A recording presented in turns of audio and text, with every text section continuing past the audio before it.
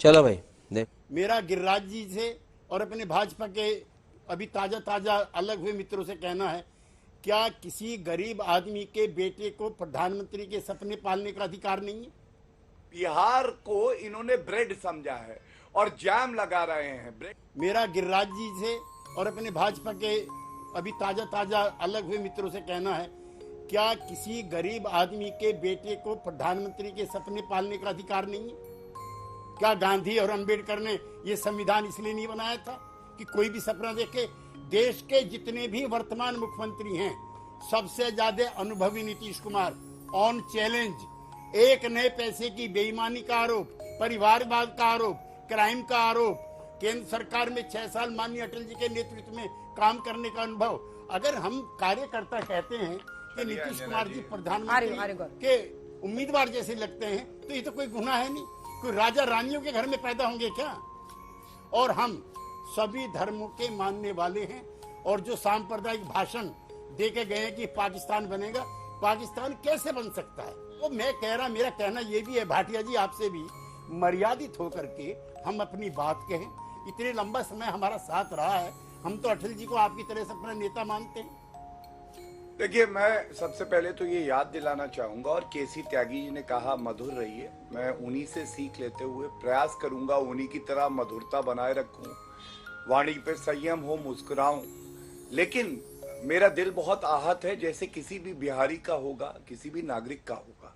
और अंजना जी, मैं आपको वजह बताता हूं। नीतीश कुमार अपने आप को सुशासन बाबू बुलाते हैं, आज वो कुशासन बाबू बन गए हैं। जब बिहारी रो रहा है, कुशासन बाबू सो रहा है। और मैं क्यों कहता हूं? संविधान की शपथ ली, संविधान ये कहता है कानून व्यवस्था बनाए रखना जो है मुख्यमंत्री का काम है। और हमें नहीं भूलना चाहिए वो मुख्यमंत्री हैं जो गृह का मंत्रालय भी संभालते हैं। अगर दंगा होता है, हिंदुओं पे इस तरह से अटैक किया जाता है, पत्थर चलाए जाते हैं, तो आप क्या संदेश देते हैं? आप ये संदेश देते हैं कि कानून व्यवस्था आपसे संभल नहीं रही, बिहार आपसे संभल नहीं रहा। और आप देखिए अंजना जी, एड्रेस करना था जंगल राज को और एड्रेस कर रहे हैं वोट बैंक को।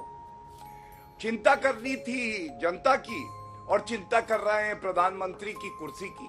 क्या ये टाइमिंग के बात नहीं उठाई जाएगी कि एक मुख्यमंत्री को तो सुनिश्चित करना था कि जो पीड़ितों को मरहम लगाना है, वो मरहम वो आए तो मुख्यमंत्री के पास से आए, पीड़ितों को दुलार मिले। और यहाँ इफ्तार हो रहा है, तो ये सवाल पूछा जाएगा। यही नहीं, अभी और सुनिए। दूसरी बात, आप मुझे ये बताइए, इस वक्त इफ्तार पार्टी पे जाना ज्यादा जरूरी था या आप घटना स्थल पे जाते?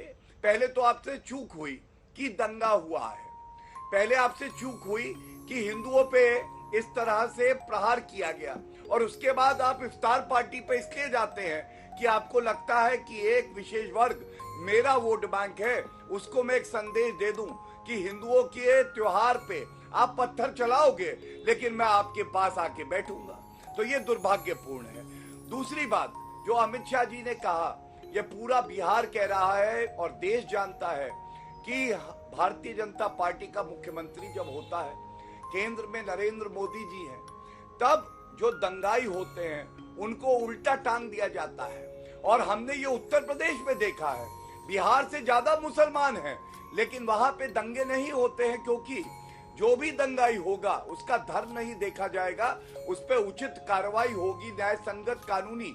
और वहां हमने बुलडोजर की ताकत देखी है, यहाँ पे हमने जालीदार टोपी की ताकत देख रहे हैं। तीसरी बात, प्रधानमंत्री बनने का सपना क्या एक गरीब नहीं देख सकता? ये बात त्यागी जी ने बोली।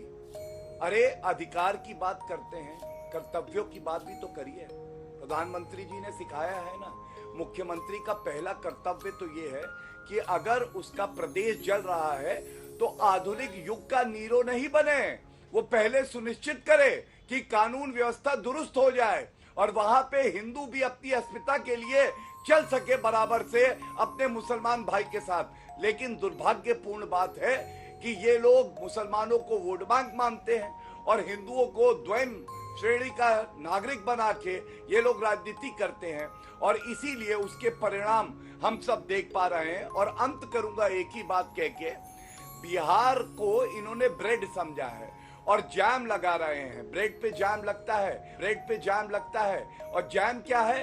नीतीश कुमार का फॉर्मूला, जे से जंगल राज, ए से अराजकता और एम से मुसलमान। और इनको ये लगता है जंगल राज, अराजकता और मुसलमानों का तुष्टीकरण करके इनको गद्दी मिलेगी। लेकिन ये हमारा विश्वास है, जो नागरिक है चाहे बिहार का हो या भारत का हो, वो देख रहा है पीएम की कुर्सी तो छोड़ो, सीएम की कुर्सी भी जाने वाली है। ये नेस्त नाबूद होने वाले। बात तो सही है।